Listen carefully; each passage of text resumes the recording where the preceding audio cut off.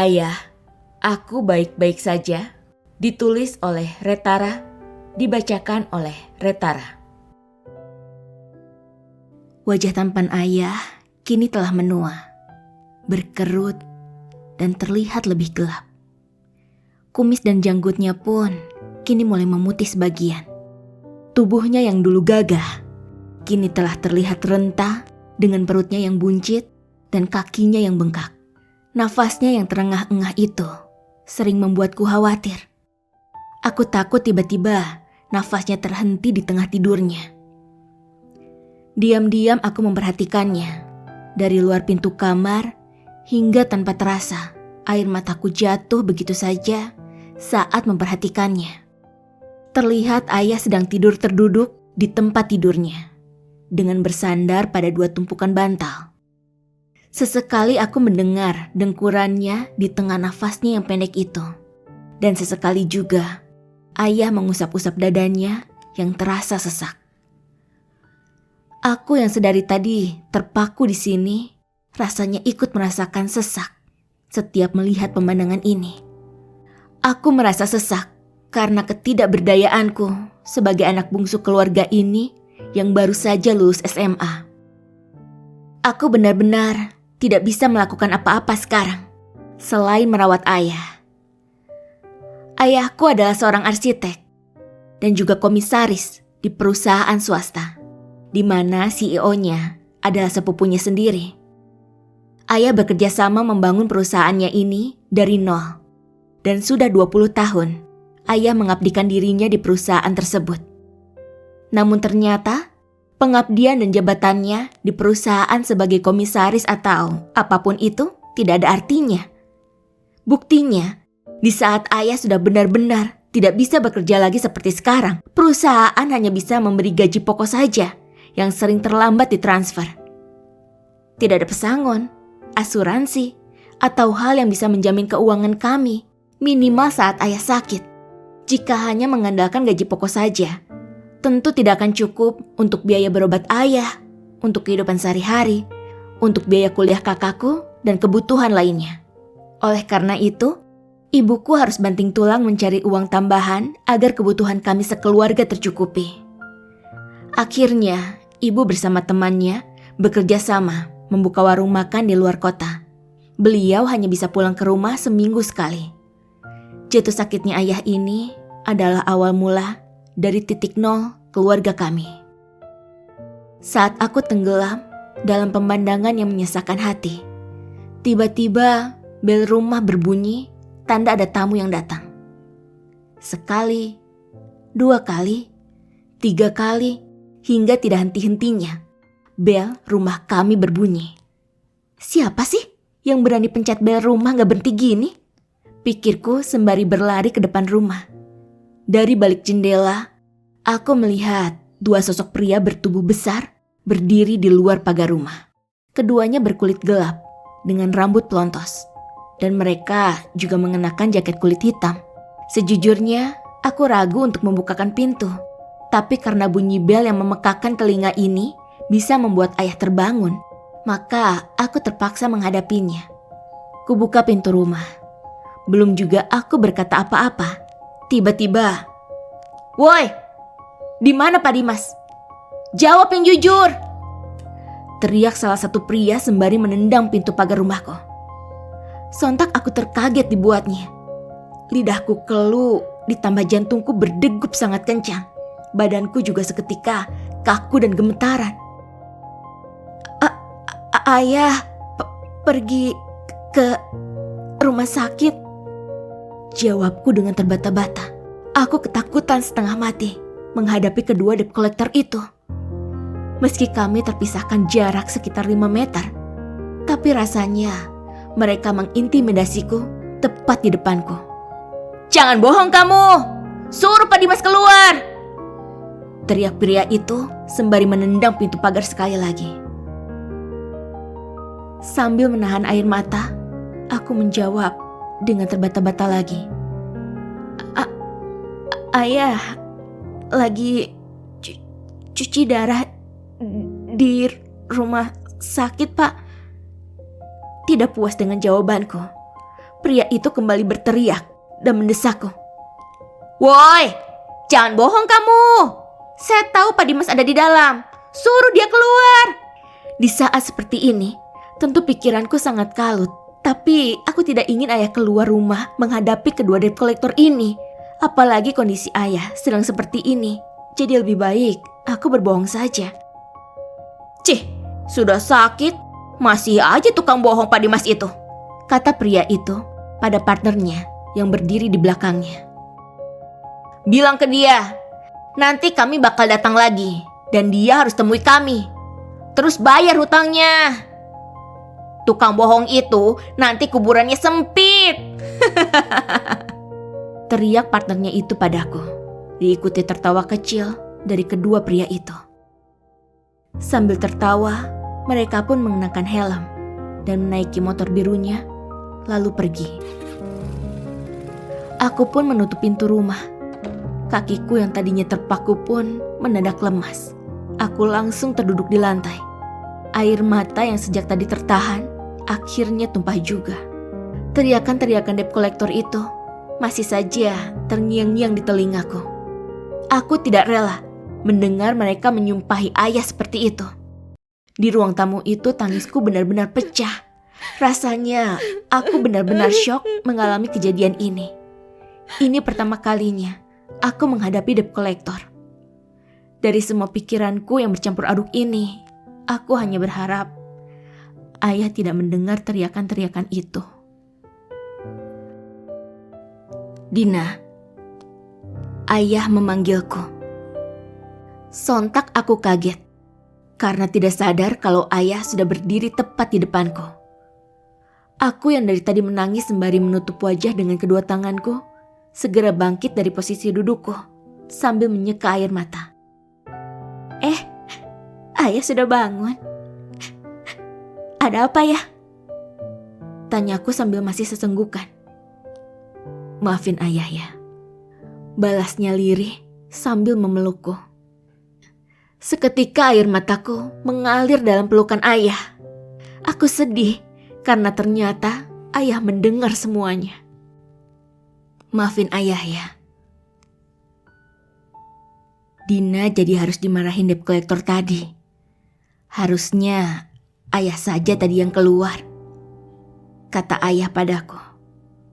Mendengar perkataan ayah, pelukanku semakin erat. Bagaimana bisa ayah yang sedang kepayahan dengan sakitnya ini masih saja memikirkan perasaan anaknya?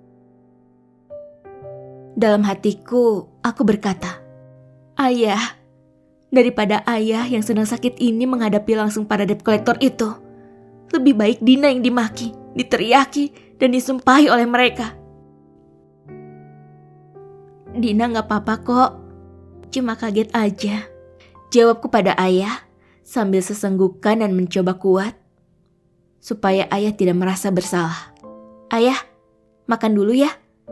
Dina udah gorengin ayam crispy kesukaan ayah." Lanjutku berusaha mencairkan suasana dan untuk mengalihkan perhatian kami dari kejadian tadi.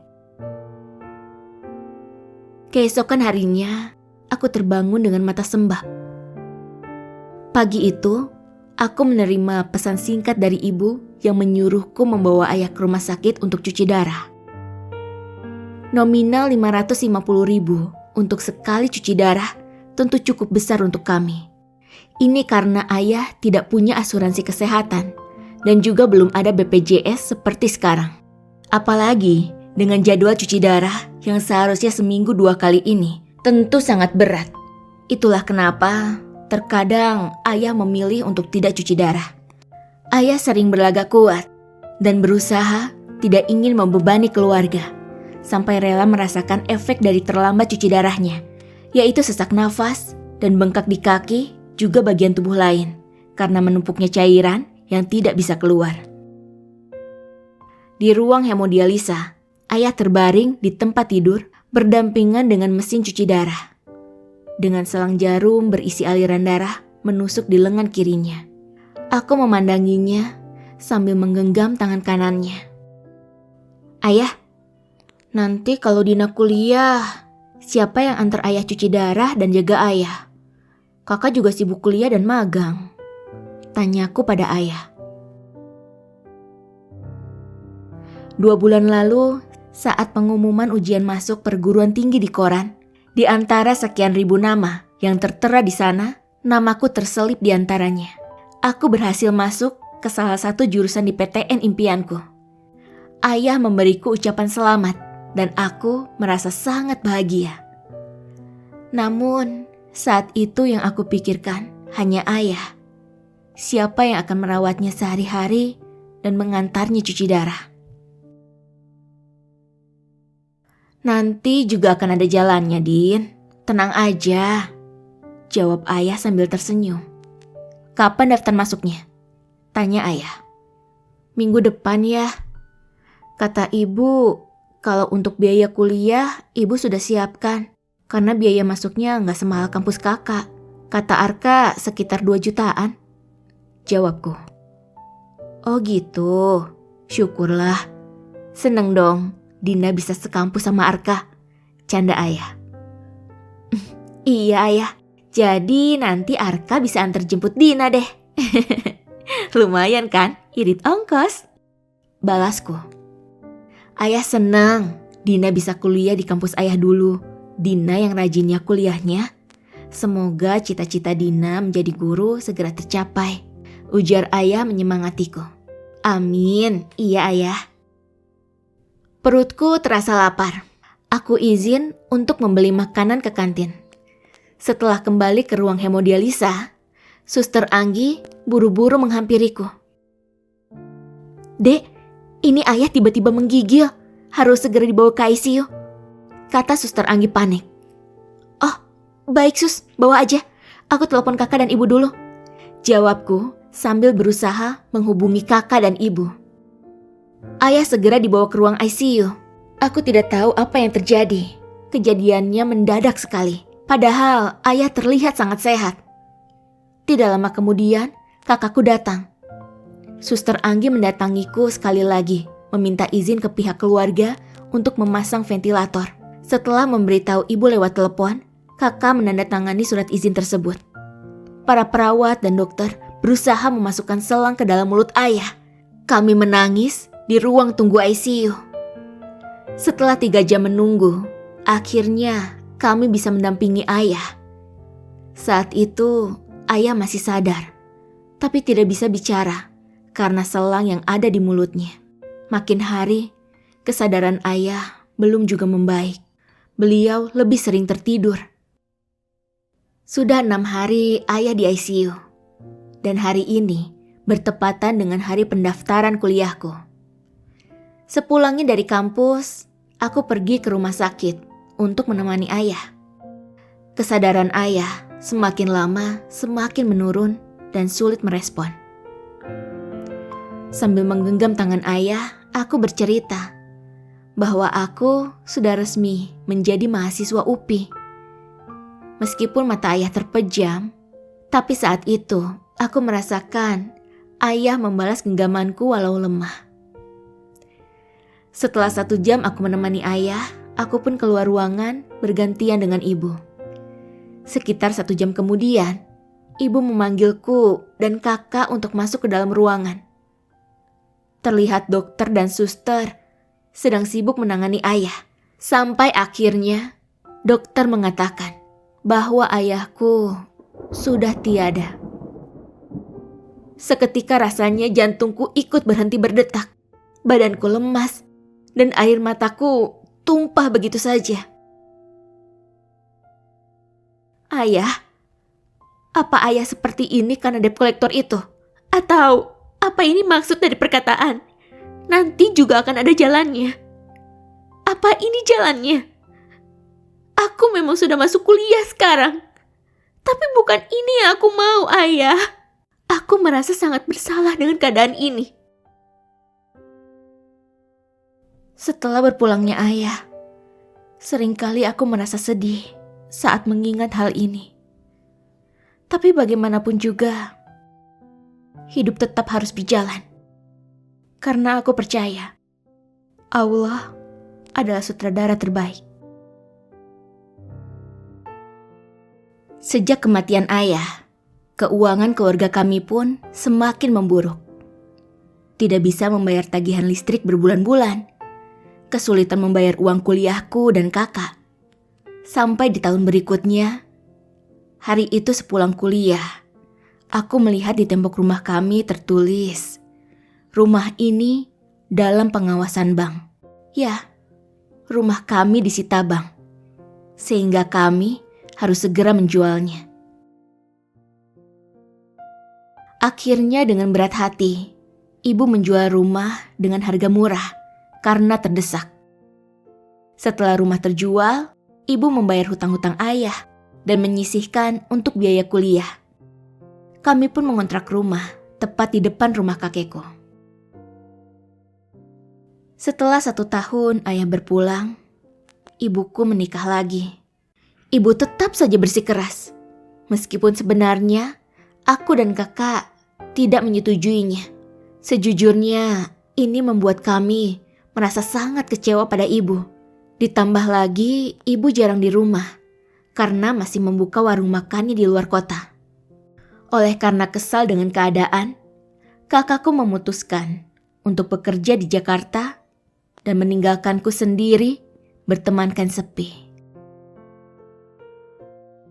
Hari itu selesai kuliah, aku tiba-tiba saja demam. Tubuhku rasanya lemas, kepalaku sakit, pusing dan mual. Aku meminta Arka untuk mengantarku pulang, karena kebetulan ia juga baru selesai kuliah dan libur kerja. Melihat aku yang lemas dan pucat, Arka tampak khawatir. Jadi ia mengantarku ke dokter. Setelah diperiksa, ternyata aku terkena gejala tifus. Sesampainya di rumah, Arka segera memberitahukan kakek tentang kondisiku dan menelepon ibu untuk memintanya pulang. Sedangkan aku langsung terlelap setelah makan bubur buatan kakek dan minum obat. Arka. Dia adalah pria yang kukenal sejak duduk di bangku 3 SMA. Sudah 6 tahun, aku dan Arka menjalin hubungan. Semenjak kepergian ayah dan ibuku menikah lagi, aku merasa Arka semakin perhatian padaku. Entahlah, apakah karena kasihan melihat keadaanku, atau memang merasa tanggung jawab padaku. Aku pun tidak tahu pasti. Ia rela bekerja apa saja di tengah kesibukan kuliahnya, demi bisa memberiku tambahan uang saku. Arka memang bukan anak dari keluarga berada, tapi dia seorang pekerja keras dan cerdas. Begitulah seorang Arka yang membuatku selalu jatuh hati padanya. Keesokan malamnya, kondisiku masih belum membaik. Dari luar kamar, sayup-sayup aku mendengar suara Arka, ibu dan suaminya sedang mengobrol. Tapi sesekali, ku dengar ada bentakan juga. Sayangnya, aku tidak bisa mendengar dengan jelas obrolan mereka karena kepala dan perutku masih terasa sakit. Ditambah mataku terasa berat sekali. Jadi seharian ini aku cuma bisa tidur terbaring lemas di kamar. Tidak lama aku terbangun karena mendengar ada yang masuk ke kamar. Ternyata itu adalah Arka. Arka menyuapkan bubur dan memastikan aku meminum obat malamku. Dina, kamu tahu, aku pengen bisa full jagain kamu. Tapi kita belum nikah, jadi aku gak bisa selalu ada di sisi kamu.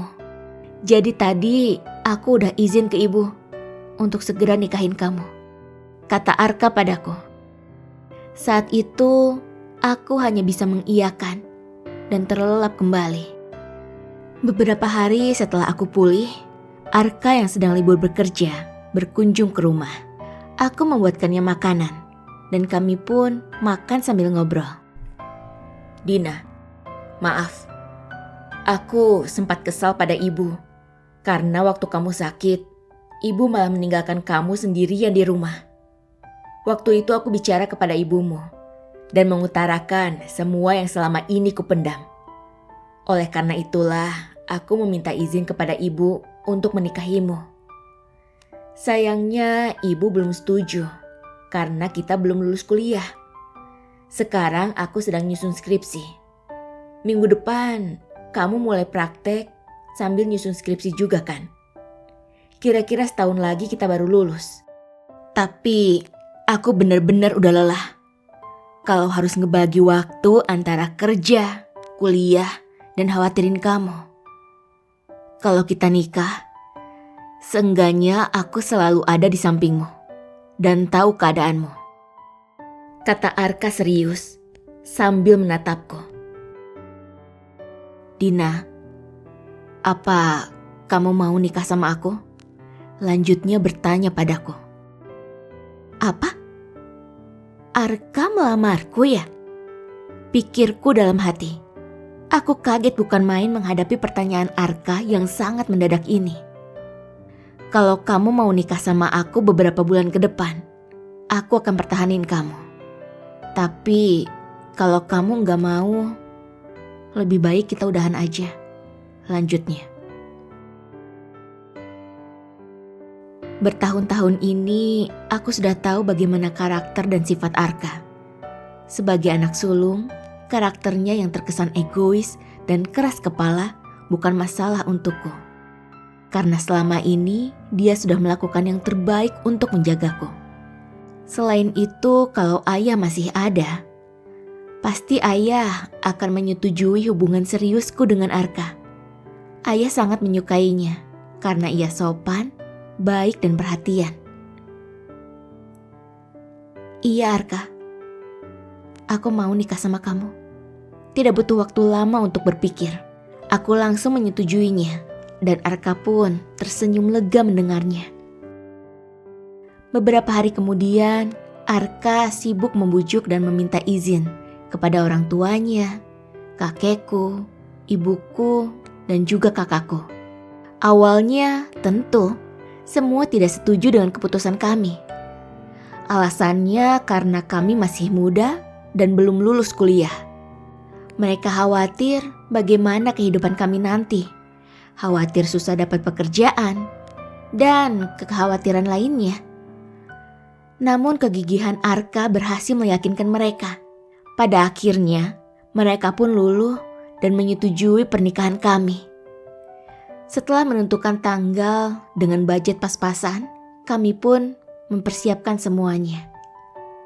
3 bulan kemudian, kami pun menikah dengan sangat sederhana. Seiring berjalannya waktu, kami pun berhasil lulus kuliah. Tidak lama kemudian, aku diterima sebagai guru dan mengajar di sekolah swasta.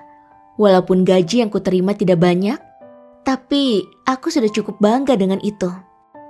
Sedangkan sebagai kepala keluarga, saat ini Arka juga lebih gigih dari sebelumnya dalam mencari penghasilan.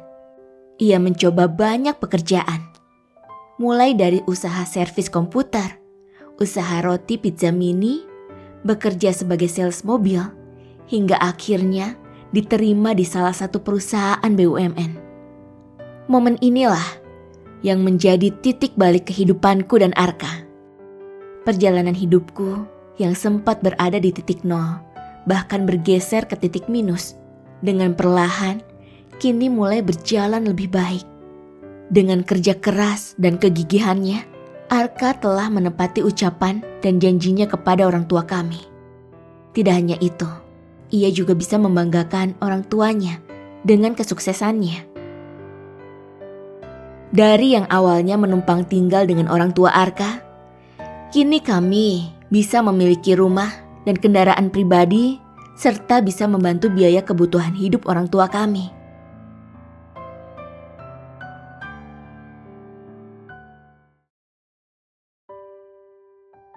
Arka, terima kasih atas kebaikanmu selama ini. Terima kasih juga sudah memperjuangkanku dan memilihku sebagai pendamping hidupmu. Aku bahagia bersamamu. Ayah, hidupku yang dulu terasa kosong dan dingin, kini terasa jauh lebih hangat. Ada Arka sebagai imamku dan sepasang anak kembar yang lucu. Sekarang kehidupanku sudah jauh lebih baik. Jangan khawatirkan aku di sini. Ayah, aku baik-baik saja.